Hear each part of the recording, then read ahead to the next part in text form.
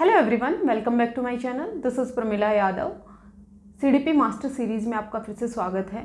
CDP master series में हम विशिष्ट बालक के बारे में पढ़ रहे थे, स्पेशल चिल्ड्रंस के बारे में पढ़ रहे थे। स्पेशल चिल्ड्रंस और जो विशिष्ट बालक हैं उसमें हमने इंटेलेक्चुअल डिसेबल्ड बच्चे, जिन बच्चों में बौद्धिक विकलांगता पाई जाती है, उन बच्चों के बारे में डिस्कस कर चुके हैं। हम लर्निंग डिसेबिलिटीज़ के बारे में डिस्कस कर चुके हैं। आज का जो हमारा टॉपिक रहने वाला है वो है gifted childrens. Gifted childrens, gifted childrens को हम कहते हैं प्रतिभाशाली बच्चे।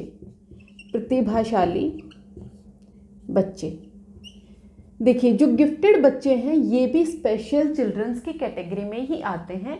जो चिल्ड्रंस हैं, जो चाइल्ड हैं, वो कितने टाइप के होते हैं? 2 टाइप के होंगे। एक तो नॉर्मल, एक तो क्या होंगे? नॉर्मल बच्चे होंगे, जिनको हम क्या बोलते हैं? सामान्य बच्चे बोलते हैं। और दूसरे बच्चे होते हैं स्पेशल बच्चे, जिनको हम क्या बोलते हैं? विशिष्ट बालक बोलते हैं। विशिष्ट बालक बोलते हैं। नॉर्मली जो सोसाइटी में पाए जाते हैं वो नॉर्मल चाइल्ड होते हैं, जिनकी आईक्यू लेवल है वो ऑन एन एवरेज होता है। सोसाइटी में वो इजीली अडेप्ट कर पाते हैं, वो बच्चे नॉर्मल चिल्ड्रन होते हैं। लेकिन जो विशिष्ट बालक हैं, जो स्पेशल चाइल्ड हैं, या तो उनकी इंटेलेक्चुअल एबिलिटीज़ हैं वो इन नॉर्मल बच्चों से ज़्यादा होती हैं या फिर उनसे कम होती हैं। वो सब बच्चे किस में आते हैं? विशिष्ट बालक में आते हैं। जैसे इंटेलेक्चुअल डिसेबल्ड बच्चे थे वो भी विशिष्ट बालक थे, वो भी स्पेशल चाइल्ड थे।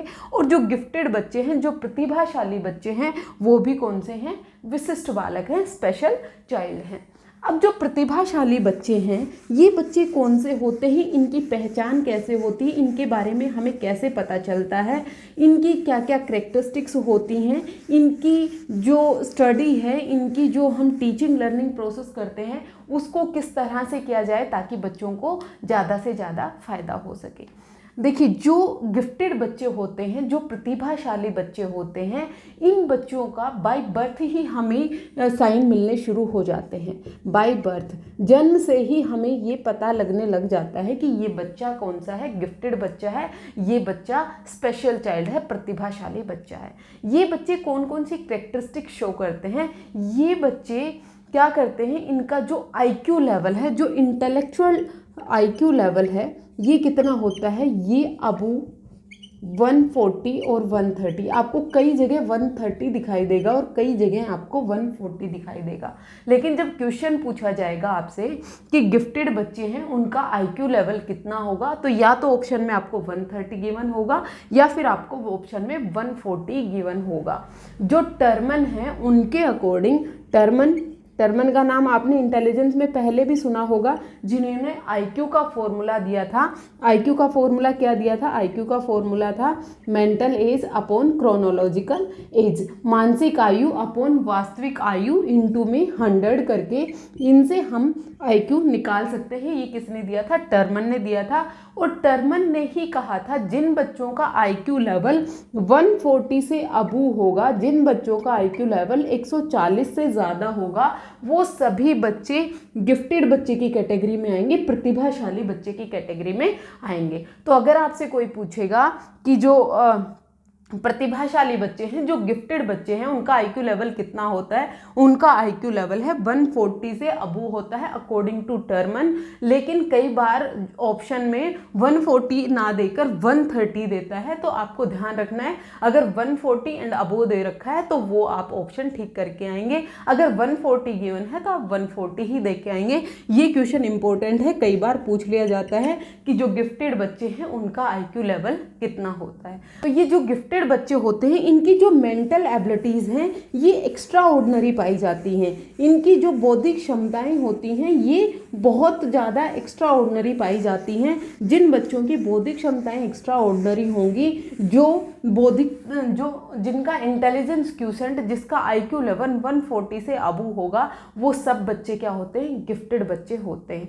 देखिए पहले जब गिफ्टेड बच्चों की डेफिनेशन दी गई थी तो वो सिर्फ और सिर्फ आईक्यू के बेस पे दी गई थी। लेकिन उसके इसके बाद में देखा गया जिन बच्चों का IQ लेवल उतना अच्छा नहीं होता वो बच्चे किसी ना किसी एक स्पेसिफिक एरिया में बहुत अच्छे होते हैं। तो वो बच्चे जो किसी भी एक स्पेसिफिक एरिया में एक्स्ट्रा ऑर्डिनरी अपनी एबिलिटीज़ दिखाते हैं वो बच्चे भी गिफ्टेड बच्चे होते हैं। जैसे एग्जाम्पल के लिए हम देखें कि जो लता मंगेशकर जी हैं वो गाने की फील्ड में बहुत अच्छी थी तो उनको गिफ्टेड की कैटेगरी में रखा गया। सचिन तेंदुलकर हैं वो खेलने में बहुत अच्छे हैं तो उनको गिफ्टेड की कैटेगरी में रखा गया। किसी भी एक स्पेसिफिक एरिया में अगर कोई बच्चा बहुत ज़्यादा एक्स्ट्रा ऑर्डिनरी है तो वो बच्चा भी गिफ्टेड होगा, और जिस बच्चे का IQ लेवल है 140 से अबू होगा वो बच्चा गिफ्टेड होगा। ये बच्चे जो गिफ्टेड बच्चे होते हैं वो किसी भी एक स्पेसिफिक एरिया में बहुत अच्छे हो सकते हैं, चाहे वो एरिया स्पोर्ट्स का हो सकता है, चाहे वो कोई एरिया आर्ट का हो सकता है, बहुत अच्छा आर्ट बनाने वाला हो सकता है, या फिर उसकी इंटेलेक्चुअल एबिलिटी बहुत अच्छी हो सकती है, या फिर वो स्विमिंग में बहुत अच्छा हो सकता है, या फिर वो आर्ट एंड क्राफ्ट में बहुत अच्छा होता है। किसी भी एक स्पेसिफिक फील्ड में अगर कोई बच्चा एक्स्ट्रा ऑर्डिनरी कैपेबिलिटीज़ को शो कर रहा है तो वो बच्चा क्या होगा, गिफ्टेड बच्चा होगा। अब हम देखते हैं कि जो गिफ्टेड बच्चे हैं इनकी आइडेंटिफिकेशन कैसे की जाए, इनकी पहचान कैसे की जाए। जैसे कि मैंने आपको पहले बताया इनकी पहचान बाय बर्थ से ही हमें समझ में आने लग जाती है, इनका जन्म से ही पता लगने लग जाता है। जो पेरेंट्स हैं वो ऑब्जर्वेशन से ही ये पता लगा पाते हैं कि उनका बच्चा एक्स्ट्रा ऑर्डिनरी है, क्योंकि वो बहुत जल्दी चीज़ों को ग्रैप करता है। उसके सामने उसने कुछ भी होते हुए देखा वो बहुत जल्दी उस चीज़ को सीख जाता है, उसकी वोकैब बहुत जल्दी इंप्रूवमेंट होती है, बहुत जल्दी वो किसी ना किसी एक फील्ड में बहुत ज़्यादा एक्स्ट्रा ऑर्डिनरी कैपेबिलिटी शो करता है। तो उससे हमें पता चल जाता है कि बच्चा है वो बाय बर्थ ही क्या है, गिफ्टेड बच्चा है, प्रतिभाशाली बच्चा है। या फिर उसके जो टीचर्स हैं वो उसका जजमेंट करें। जब बच्चा स्कूल जाएगा तो बच्चे के जब टेस्ट लिए जाएंगे, बच्चे का अचीवमेंट टेस्ट लिया जाएगा, तो बच्चे अगर बहुत अच्छा परफॉर्म कर रहे हैं तो उससे पहचान की जा सकती है कि बच्चा प्रतिभाशाली बच्चा है।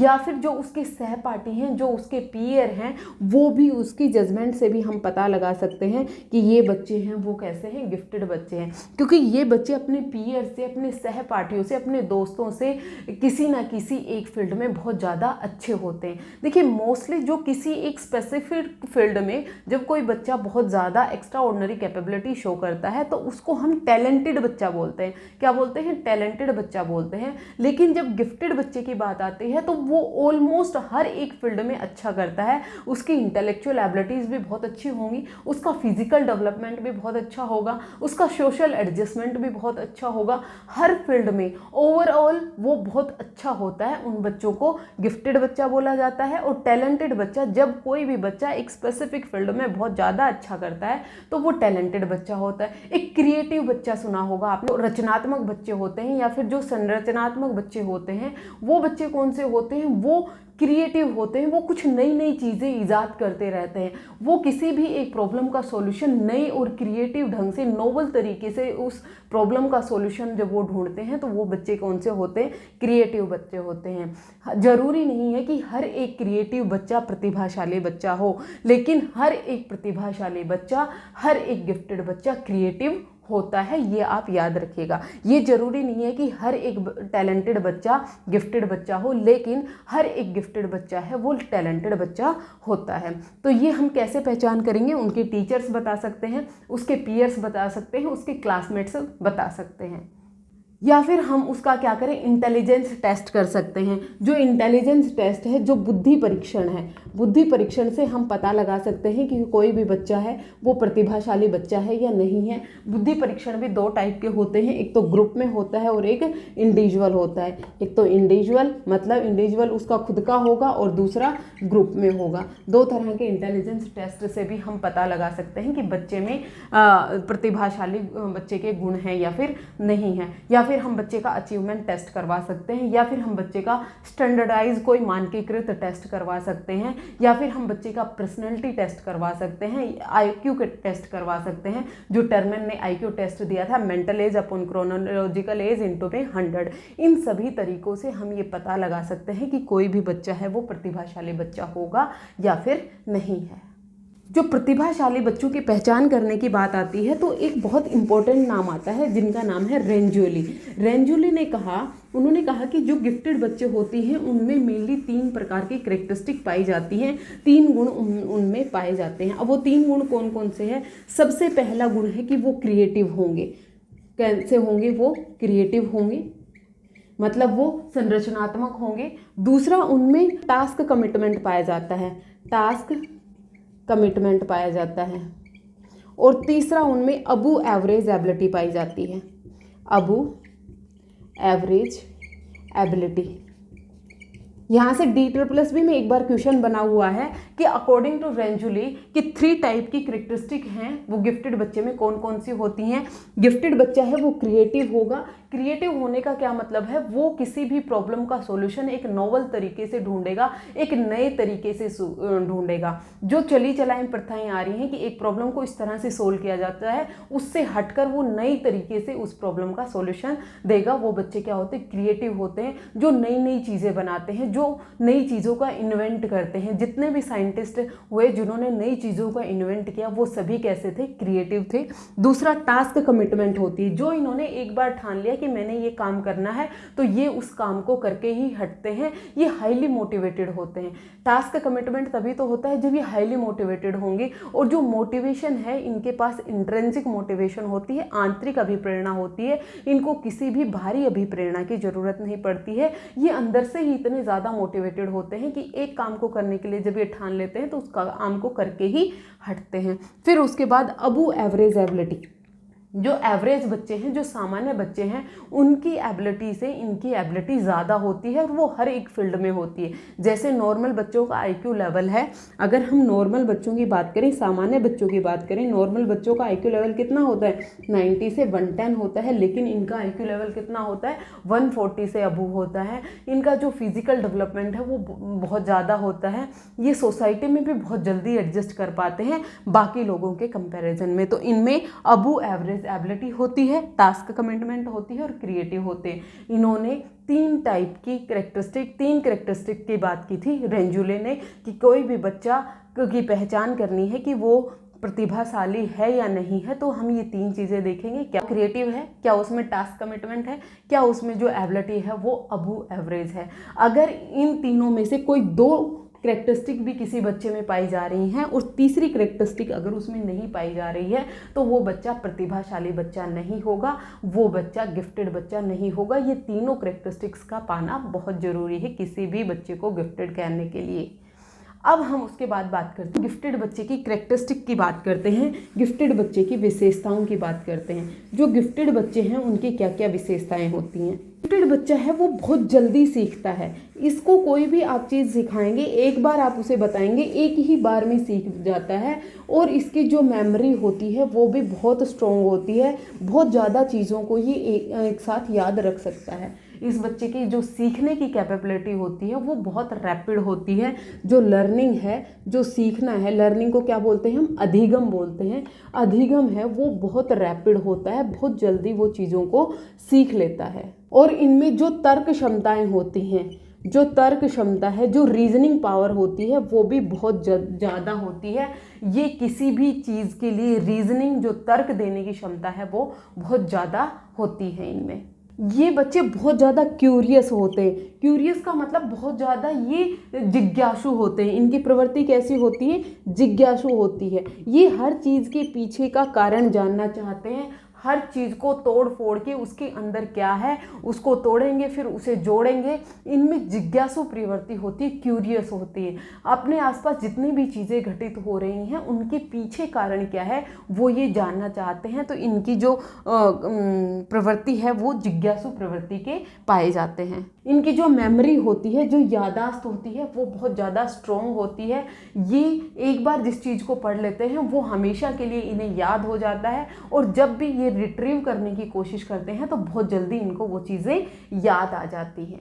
इन बच्चों की जो वोकैब है, इन लोगों का जो शब्दकोश है वो बहुत ज़्यादा होता है, क्योंकि ये बहुत जल्दी सीखते हैं। तो ये एक साथ बहुत सारे वर्ड्स सीख लेते हैं और इनकी मेमोरी बहुत अच्छी होती है, तो इनकी जो वोकैब है वो बहुत ज़्यादा अच्छी होती है। और जिसकी वोकैब बहुत अच्छी होगी उसकी कम्युनिकेशन स्किल्स बहुत अच्छी होंगी, क्योंकि जो सामान्य बच्चे होते हैं जब वो बात करना शुरू करते हैं तो उनके मुंह में शब्द नहीं आते हैं कि उन्हें क्या बोलना है। लेकिन जो गिफ्टेड बच्चे होते हैं, जो प्रतिभाशाली बच्चे होते हैं, उनकी वोकैब बहुत ज़्यादा होती है, उनके पास शब्द भंडार बहुत ज़्यादा होता है। जब उनके पास शब्द भंडार बहुत ज़्यादा हो गए तो वो अपनी बात कॉन्फिडेंस के साथ रख पाएंगे और वो बहुत ज़्यादा कॉन्फिडेंट दिखते हैं। इन बच्चों की जो प्रॉब्लम सॉल्विंग स्किल्स हैं, जो प्रॉब्लम सॉल्विंग स्किल्स हैं वो बहुत ज़्यादा पाई जाती हैं।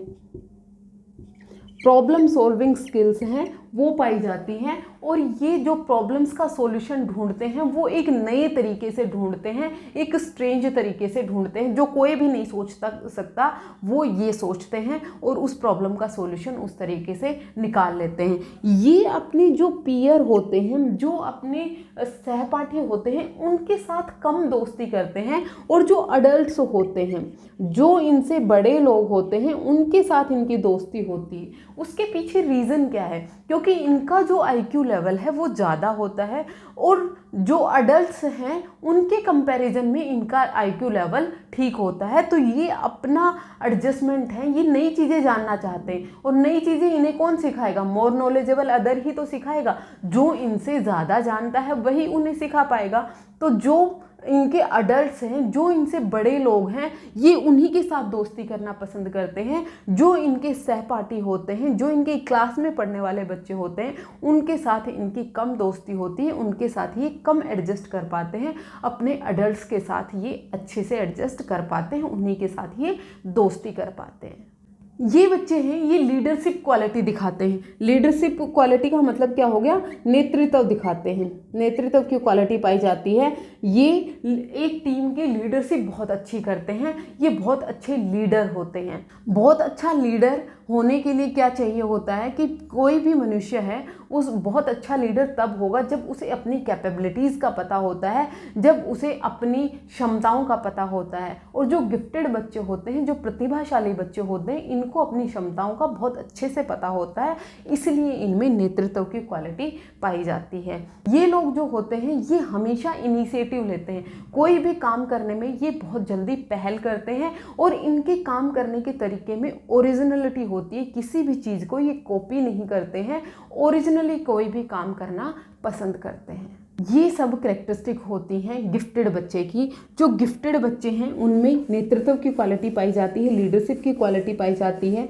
ये अपने अडल्ट्स के साथ दोस्ती करना पसंद करते हैं। इनकी जो प्रवृत्ति है वो बहुत ज़्यादा जिज्ञासु पाई जाती है। इनमें जो तर्क क्षमता है वो बहुत ज़्यादा पाई जाती है। ये बहुत जल्दी किसी चीज़ों को सीख लेते हैं। इनकी मेमोरी बहुत ज़्यादा अच्छी होती है। ये लोग क्रिएटिव होते हैं, ये ब्रेनस्टॉर्मिंग में बहुत अच्छे होते हैं, ये प्रॉब्लम सॉल्विंग में बहुत ज़्यादा अच्छे होते हैं। लेकिन इन बच्चों की कैरेक्टरिस्टिक विशेषताओं के साथ साथ इन बच्चों को कुछ चैलेंजेस को भी फेस करना पड़ता है। इनके सामने कुछ प्रॉब्लम्स भी आती हैं। अब वो प्रॉब्लम्स क्यों आती हैं? प्रॉब्लम्स आती हैं, ये बच्चे हैं वो अपने पीयर्स के साथ एडजस्ट नहीं कर पाते हैं, अपने ग्रुप के साथ एडजस्ट नहीं कर पाते हैं। जिन बच्चों का आईक्यू लेवल बहुत ज़्यादा होता है वो अपने पीयर्स से पहले सीख लेते हैं। इनका आईक्यू लेवल बहुत ज़्यादा है तो ये अपने दोस्तों से पहले सीख लेंगे। क्लासरूम में इन्हें कुछ भी सिखाया जा रहा है तो ये बहुत जल्दी सीख लेते हैं एवरेज बच्चों के कंपैरिजन में। और जब ये चीज़ इनको आ गई है तो फिर ये बोर होने लगते हैं, ये परेशान होने लगते हैं। मान लीजिए क्लासरूम में 30 बच्चे बैठे हैं, उनमें से 2 बच्चे हैं वो गिफ्टेड बच्चे होते हैं, क्योंकि ओनली 2 to 5% बच्चे ही हैं वो जो गिफ्टेड बच्चे होते हैं। बाकी जो भी बच्चे हैं वो नॉर्मल होते हैं। हम और आप मोस्टली नॉर्मल कैटेगरी में आते हैं। जो बच्चे 2 से 5% ही होते हैं वो नॉर्मली क्लासरूम में 1 या 2 ही मिलते हैं। जो बच्चे बहुत जल्दी सीख लेते हैं, जब क्लासरूम में वो चीज़ें रिपीट होती हैं तो रिपीटेशन इनसे बर्दाश्त नहीं होती है, क्योंकि ये बोर होने लगते हैं। जो चीज़ जिस बच्चे को आ गई और फिर रिपीट करवाई जा रही है तो उसमें वो क्या होते हैं, बोर होते हैं, और ये अपने जो दोस्त हैं उनसे नकारात्मकता का भी सामना करते हैं, क्योंकि इनकी इंटेलेक्चुअल एबिलिटी बहुत ज़्यादा होती है। तो बाकी लोग हैं वो इनसे जेलसी फील करते हैं और वो इनको अपने जल्दी से दोस्त नहीं बनाते हैं, तो वो इन्हें अपना दोस्त नहीं बना पाते, इसलिए ये क्लासरूम में एडजस्ट नहीं हो पाते हैं। अपने पीयर से तो नेगेटिव एटीट्यूड ये फेस करते ही हैं, साथ साथ ये अपने अडल्ट से, जो टीचर हैं, वो भी इन बच्चों को नहीं समझ पाते हैं। ये बच्चे बहुत ज़्यादा क्यूरियसिव होते हैं, बहुत ज़्यादा जिज्ञासु होते हैं, और जब ये बच्चे बहुत ज़्यादा क्वेश्चन करते हैं तो टीचर भी इनसे चिढ़ने लग जाते हैं, क्या तुम्हें ज़्यादा आता है, तुम इतने सवाल क्यों करते हो, और बाकी लोग इनका मजाक बनाते हैं। तो इन सब चीज़ों का बच्चों को फेस करना पड़ता है जो गिफ्टेड बच्चे होते हैं। जो सोसाइटी है, जो समाज है, सोसाइटी में हर कोई आ जाता है, चाहे वो पेरेंट हो, चाहे वो पीयर्स हो, चाहे वो टीचर हो, चाहे अदर सोसाइटी के लोग हों, वो इन बच्चों को नहीं समझ पाते हैं, इन बच्चों की नीड्स को नहीं समझ पाते हैं। जो रिजल्ट्स हैं वो मोटिवेट नहीं करते हैं कि अगर इनका कोई टेस्ट लिया गया और इनको अगर 100/100 मार्क्स भी आए तो भी ये जो 100 मार्क्स हैं ये इनको मोटिवेट नहीं करते हैं। क्यों? क्योंकि इनको अपनी कैपेबिलिटीज़ के बारे में पता होता है, इनको पता है कि मैं 100 में से 100 अचीव कर सकता हूँ, ये इसके लिए नॉर्मल सी बात है। तो जो टेस्ट हैं, जो रिजल्ट हैं, वो भी इन बच्चों को मोटिवेट नहीं करते हैं, और जो अडल्ट्स हैं वो इनको समझ नहीं पाते हैं। जैसे मैंने बात की, ये रिजेक्शन को फेस करते हैं क्योंकि इनको ओड समझा जाता है, इनको समाज से कुछ अलग माना जाता है, इनको बहुत ज़्यादा क्रिटिसाइज़ किया जाता है, क्योंकि ये बहुत जल्दी सीख लेते हैं। जो ओल्डर बच्चे होते हैं वो भी इनको क्रिटिसाइज़ करते हैं, पीयर्स हैं वो भी क्रिटिसाइज़ करते हैं, जो टीचर्स हैं वो भी क्रिटिसाइज़ करते हैं, इसीलिए ये आइसोलेशन में चले जाते हैं, एकांत में रहना पसंद करते हैं। और जब बच्चा एकांत में रहेगा तो वो फ्रस्ट्रेट हो जाएगा, क्योंकि वो अपनी जो फीलिंग्स हैं, जो अपनी इमोशंस हैं, वो किसी के साथ शेयर नहीं कर पा रहा है। जब वो इन चीज़ों के साथ शेयर नहीं कर पाएगा, अपने इमोशंस को शेयर नहीं कर पाएगा, तो वो एक नेगेटिव डायरेक्शन में भी जा सकता है। तो इन सब बच्चों को नेगेटिव डायरेक्शन से बचाने के लिए हमें कुछ पहल करनी चाहिए। इन बच्चों को अटेंशन से रिगार्डिंग भी प्रॉब्लम होती है। क्यों? क्योंकि ये बच्चे बहुत जल्दी सीख लेते हैं। एक बार तो ये अटेंशन से सीखेंगे, और जो चीज़ इन्होंने सीख ली है तो ये दोबारा उस पर अटेंशन नहीं देते हैं, बार बार ये अटेंशन नहीं दे पाते हैं। तो इनको अटेंशन से रिलेटेड भी प्रॉब्लम होती है, ऑर्गेनाइजेशन से रिलेटेड भी प्रॉब्लम होती है। ये सब प्रॉब्लम होते हैं गिफ्टेड बच्चों के। तो गिफ्टेड बच्चे हैं, उनका जो ग्रोथ है, उनकी जो डेवलपमेंट है, वो एक सकारात्मक क्षेत्र में हो पाए, वो सोसाइटी को कुछ पॉजिटिव दे पाएँ, उसके लिए हमें ज़रूरी है कि इन जो प्रतिभाशाली बच्चे हैं, इनकी जो नीड्स हैं उनको हमें ध्यान रखना पड़ेगा। अब इनकी क्या क्या नीड्स हैं और इनको हम किस तरह से ध्यान रख सकते हैं, ये हम देखते हैं। इनकी जो नीड्स हैं, क्योंकि ये बहुत जल्दी सीख लेते हैं, फिर ये बहुत जल्दी बोर होते हैं, तो इनके लिए हम क्या करते हैं, स्पेशल क्लासेज अरेंज कर सकते हैं। इनके लिए क्या कर सकते हैं, स्पेशल क्लासेज अरेंज कर सकते हैं। स्पेशल क्लासेस में क्या होता है, इन बच्चों को अनरिचमेंट करिकुलम पढ़ाया जाता है, जो बाकी क्लास के लिए जो सिलेबस डिज़ाइन किया गया है उससे एक्स्ट्रा हम बच्चों को कुछ सिखाएं। अब जो स्पेशल क्लासेस होती हैं, इनमें हम बच्चों को स्पेशल ट्रेनिंग दे सकते हैं, कोई भी प्रशिक्षण दे सकते हैं किसी भी फील्ड में। जब बच्चे बहुत ज़्यादा एक्स्ट्रा ऑर्डिनरी जो कैपेबिलिटी शो कर रहे हैं, उस क्षेत्र में हम बच्चे को क्या दे सकते हैं, ट्रेनिंग दे सकते हैं। जैसे कोई बच्चा है वो क्रिकेट में बहुत ज़्यादा एक्स्ट्रा ऑर्डिनरी परफॉर्मेंस कर रहा है, तो उसको हम क्रिकेट से रिलेटेड वो ट्रेनिंग दे सकते हैं। कोई बच्चा इंटेलेक्चुअल एबिलिटी बहुत ज़्यादा शो कर रहा है, तो उसके लिए हम जो क्लासेस हैं वो अलग से अरेंज कर सकते हैं, उसको हम हाई लेवल का पढ़ा सकते हैं। देखिए, जो स्पेशल क्लासेस हैं ये उसी क्लासरूम में रहकर नहीं पढ़ाई जा सकती हैं। स्पेशल क्लासेस हैं, नॉर्मल क्लासरूम में नहीं पढ़ाई जा सकती हैं। हालांकि जो इंक्लूसिव एजुकेशन है वो कहता है कि हर तरह के बच्चों को हर एक क्लास में एक ही साथ पढ़ाएं, लेकिन जो गिफ्टेड बच्चे हैं, अगर सभी बच्चों को एक साथ पढ़ाएंगे तो गिफ्टेड बच्चे हैं वो अपनी प्रतिभा को नहीं निखार पाएंगे। उनकी प्रतिभा को निखारने के लिए हमें स्पेशल क्लासेस की ज़रूरत पड़ती है, विशिष्ट कक्षाओं की ज़रूरत पड़ती है, ताकि उनमें स्पेशल ट्रेनिंग बच्चों को दी जा सके, स्पेशल क्लास, स्पेशल करिकुलम बच्चों के लिए डिज़ाइन किया जाए। जो स्पेशल क्लासरूम अप्रोच है इसको specific classroom specific course approach भी बोला जाता है। तो अगर आपसे कोई पूछ ले specific classroom specific course approach किन बच्चों के लिए यूज किया जाता है, ये प्रतिभाशाली बच्चों के लिए यूज किया जाता है, गिफ्टेड बच्चों के लिए यूज किया जाता है। फिर उसके बाद दूसरा आता है एक्सेलरेशन। एक्सेलरेशन का क्या मतलब है कि जैसे बच्चा 3rd क्लास में है और बच्चा बहुत जल्दी सीख रहा है तो आप एक ही साल में बच्चे को 2 क्लासेस करवा सकते हैं। कैसे? 3rd क्लास का बच्चा है, 6 महीने उसे आप 3rd क्लास पढ़ाएं और 6 मंथ उसे आप 4th क्लास पढ़ाएं। इस तरह से आप बच्चे को एक्सेलरेट कर सकते हैं। बच्चे को एक्सेलरेट सिर्फ और सिर्फ टीचर के जजमेंट पे नहीं किया जाता है कि टीचर ने कोई टेस्ट लिया, अचीवमेंट टेस्ट में बच्चे के 100/100 मार्क्स आए तो हमने कह दिया कि हम बच्चे को 3rd से 4th में ले जाएंगे। ऐसा नहीं होता है। यहाँ पर बच्चे के ओवरऑल डेवलपमेंट को देखा जाता है। क्या 3rd क्लास के बच्चे के अकॉर्डिंग उसकी इंटेलेक्चुअल एबिलिटीज़ हैं? क्या वो 3rd क्लास के बच्चे से बहुत ज़्यादा अच्छा कर पा रहा है? क्या वो 4th क्लास के बच्चे की मेंटल एबिलिटीज़ के अकॉर्डिंग शो कर रहा है? दूसरा, क्या उसका फिजिकल डेवलपमेंट उतना हो गया है? तीसरा, क्या उसका सोशल डेवलपमेंट इतना हो गया है? क्या वो उस सोसाइटी जो 4th क्लास के बच्चे हैं उनके साथ क्या वो एडजस्ट कर पाएगा? इन सब चीज़ों को ध्यान में रख के ही हम बच्चे का एक्सेलरेट करते हैं। बहुत सारे पेरेंट्स ये गलती करते हैं कि वो अपने बच्चों की क्लास जंप करवा देते हैं, एक्सेलरेट करवा देते हैं। बच्चे का जब 2nd क्लास का कॉन्सेप्ट ही क्लियर नहीं है तो वो 3rd क्लास का कैसे कर पाएगा? लेकिन पेरेंट्स को क्या लगता है कि अगर मेरा बच्चा 2nd क्लास में 100/100 मार्क्स ले रहा है तो 3rd इसे करवाने की ज़रूरत नहीं है, हम 4th करवा देंगे। वो सिर्फ और सिर्फ उनकी जो टेस्ट में परफॉर्मेंस है उसके बेस पर बच्चे को एक्सेलरेट करवा देते हैं और वो सबसे बड़ी प्रॉब्लम होती है। बच्चे को सिर्फ और सिर्फ इंटेलेक्चुअल एबिलिटीज़ के बेस पर ही एक्सेलरेट नहीं करवाना है, बच्चे की ओवरऑल डेवलपमेंट को देखकर ही हम बच्चे का एक्सेलरेट करेंगे। उसको तीव्र गति से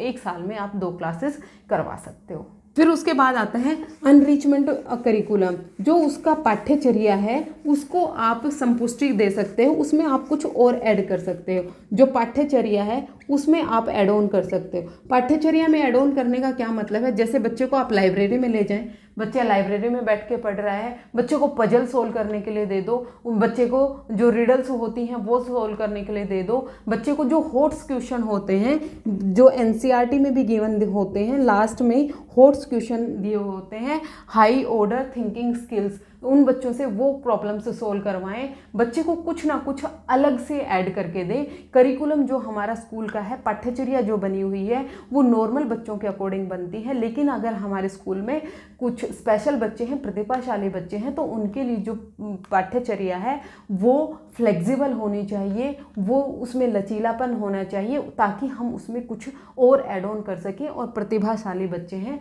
वो अपने आप को और ज़्यादा निखार सकें। फिर उसके बाद आता है इंडिविजुअल अटेंशन। इंडिविजुअल अटेंशन, इन बच्चों को इंडिविजुअल अटेंशन की ज़रूरत है। जितने भी स्पेशल बच्चे होते हैं, चाहे वो डिसेबल्ड बच्चे हों चाहे वो गिफ्टेड बच्चे हों, हर एक बच्चे को इंडिविजुअल अटेंशन की ज़रूरत होती है। ये बच्चे चाहते हैं कि टीचर है वो हमें इंडिविजुअल अटेंशन दे। इंडिविजुअल अटेंशन के लिए हम बच्चों के लिए स्पेशल टीचर रख सकते हैं, स्पेशल टीचर रख सकते हैं जो इन बच्चों की जो ज़रूरतें हैं, जो इनकी नीड्स हैं, उनको पूरा कर पाएँ। जो स्पेशल टीचर हैं ये बच्चे को मोटिवेट कर पाएँ, ये बच्चे को उनकी जो प्रतिभाएं हैं उनको बाहर निकालने में उनकी मदद कर पाएँ। उसके बाद हम इन बच्चों को मोटिवेशन दे सकते हैं। इन बच्चों में मेनली जो मोटिवेशन पाई जाती है वो इंट्रिंसिक मोटिवेशन पाई जाती है, आंतरिक मोटिवेशन पाई जाती है। इनको किसी बाहरी लोकस की ज़रूरत नहीं होती। लेकिन अगर कोई बच्चा बहुत अच्छा कर रहा है किसी भी एक फील्ड में, तो हम इन बच्चों को क्या कर सकते हैं, मोटिवेट कर सकते हैं, इनको प्रोत्साहन दे सकते हैं।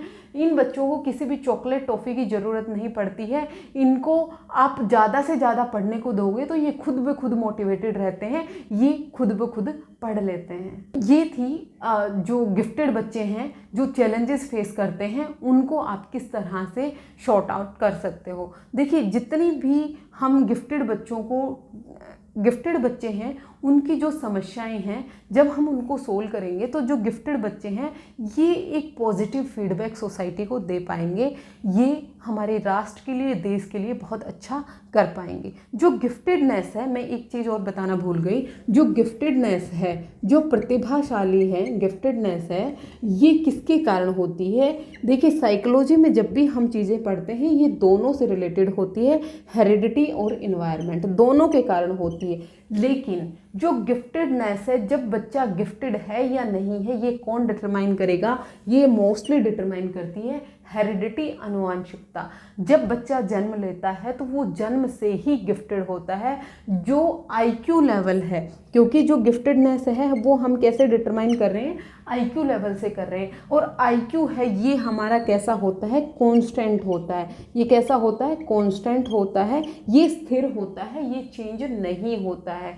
तो आईक्यू है ये हेरिडिटी पर बेस्ड होता है। तो जो गिफ्टेडनेस है वो बच्चे की कहाँ से मिलती है, हेरिडिटी से मिलती है, आनुवंशिकता से मिलती है। लेकिन जो एनवायरनमेंट है, जो वातावरण है, वो भी गिफ्टेडनेस को प्रभावित करता है। देखिए, वातावरण से हम बच्चे में गिफ्टेडनेस नहीं ला सकते हैं, हम बच्चे को प्रतिभाशाली नहीं बना सकते हैं। लेकिन अगर मान लीजिए कोई बच्चे का आईक्यू लेवल है वो तो 140 से अबव है, लेकिन अगर वो पैदा हो गया एक बहुत ज़्यादा बैकवर्ड एरिया में जहाँ पर उसको कोई स्कोप ही नहीं है, वो अपनी जो गिफ्टेडनेस है उसको वो बाहर ला ही नहीं पा रहा है। मान लीजिए वो किसी एक झुग्गी झोपड़े में रहता है या फिर वो किसी एक ऐसे एरिया में, स्लम एरिया में रहता है, तो उस बच्चे की प्रतिभा है वो बाहर निकल ही नहीं पाएगी। इसलिए गिफ्टेडनेस को बाहर लाने के लिए इन्वायरमेंट की ज़रूरत होती है। लेकिन गिफ्टेडनेस है वो किसके कारण होती है, हेरिडिटी के कारण होती है, आनुवंशिकता के कारण होती है। क्योंकि ये हम जानते हैं कि आईक्यू है वो किस पर बेस्ड होता है, हेरिडिटी पर बेस्ड होता है। और आईक्यू है वो हमेशा कांस्टेंट होता है, आईक्यू कभी भी घटता बढ़ता नहीं है। सिर्फ और सिर्फ जो एनवायरनमेंट है वो उसको बाहर निकालने में मदद करता है। होपफुली आपको गिफ्टेड बच्चे हैं, प्रतिभाशाली बच्चे हैं, इसके बारे में अभी कोई भी डाउट नहीं रहा होगा। आज के लिए इतना ही। Thank you very much.